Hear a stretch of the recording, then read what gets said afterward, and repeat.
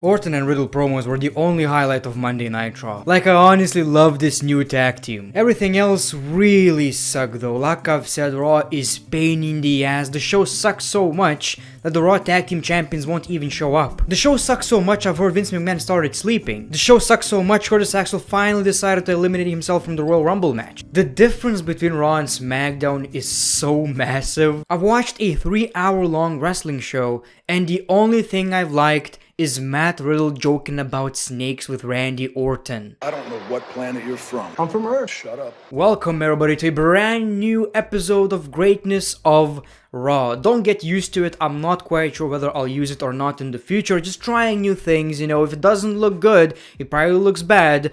Don't judge, but let me know your thoughts in the comments below, what I should change, what I should try. In the future, I won't use a green screen all the time, but, you know, for the time being, I want these videos to look a bit different. I can use anything right here, you know, I can be right here, or right here, or right here, or, you know, just right where I belong. This feels so nice. I don't know what to tell you, man. This episode of Raw was absolutely atrocious outside of one segment. I don't know what to tell you. I'm not trying to be a dick. I'm not some WWE hater. WWE are the only shows I review, so obviously, you know, I love SmackDown. It's a great show and I'm excited for the show every damn week. When I watch Raw, it's job. You know, I'm just watching Raw for the sake of having something to talk about during this video right here.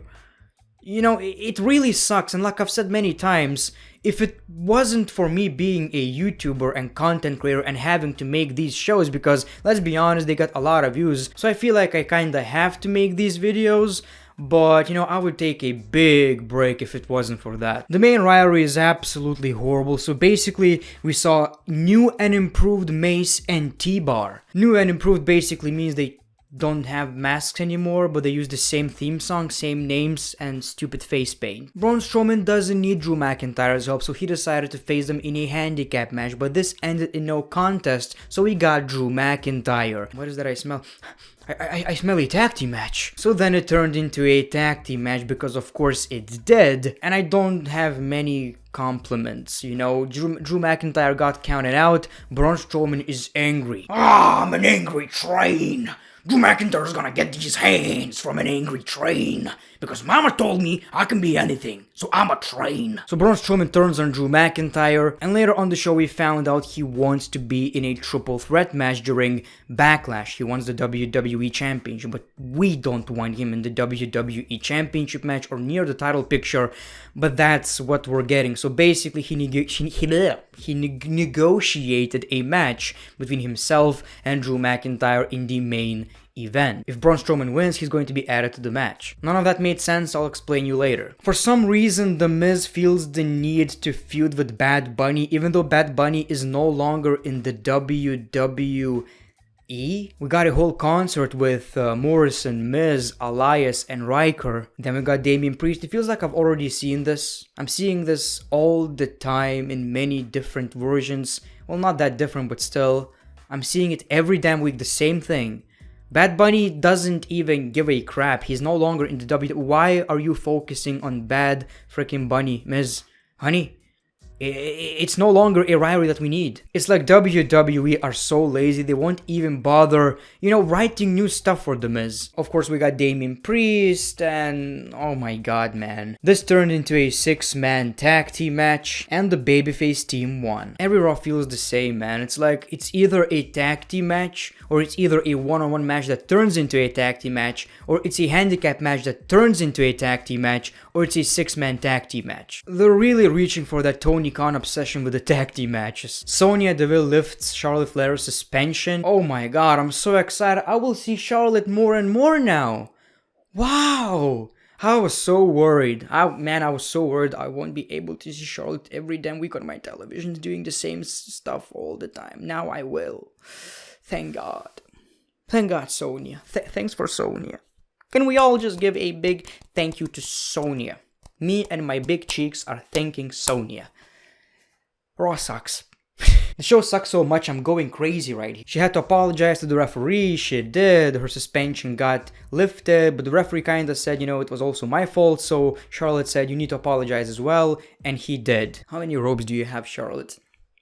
Do you borrow them from your dad? Or do you kinda just change them a bit so it's suited for women? Are these robes the same? Do they use Ric Flair's robe material, or is it just random?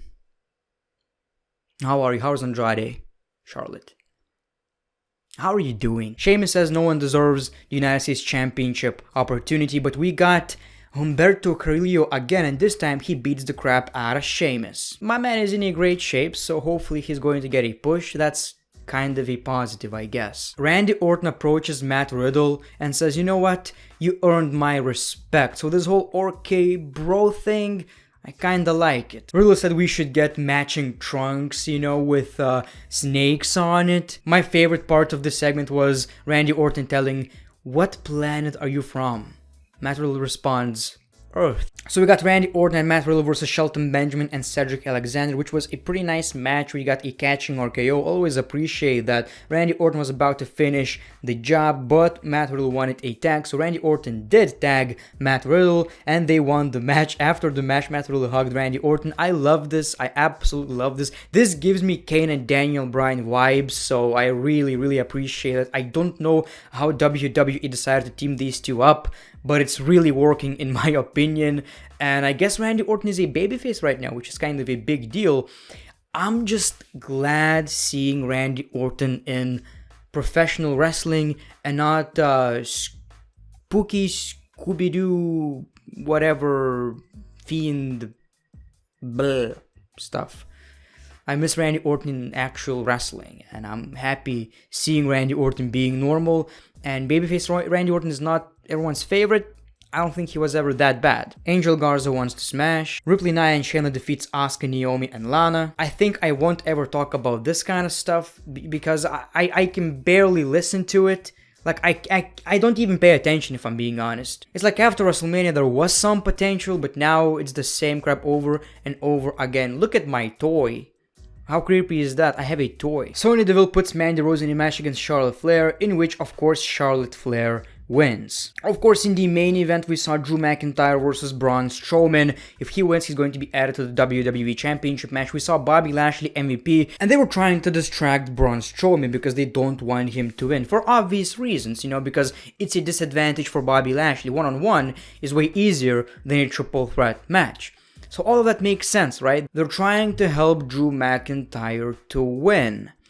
But then Retribution, who are kinda associated with the Hurt Business, try to help Braun Strowman to win because they try to distract Drew McIntyre. I don't know how that works. I don't know why would they do that. It made no sense whatsoever. But basically that's what happened, but Braun Strowman still won the match. Braun! It's a triple threat match right now. Can't wait. I don't know.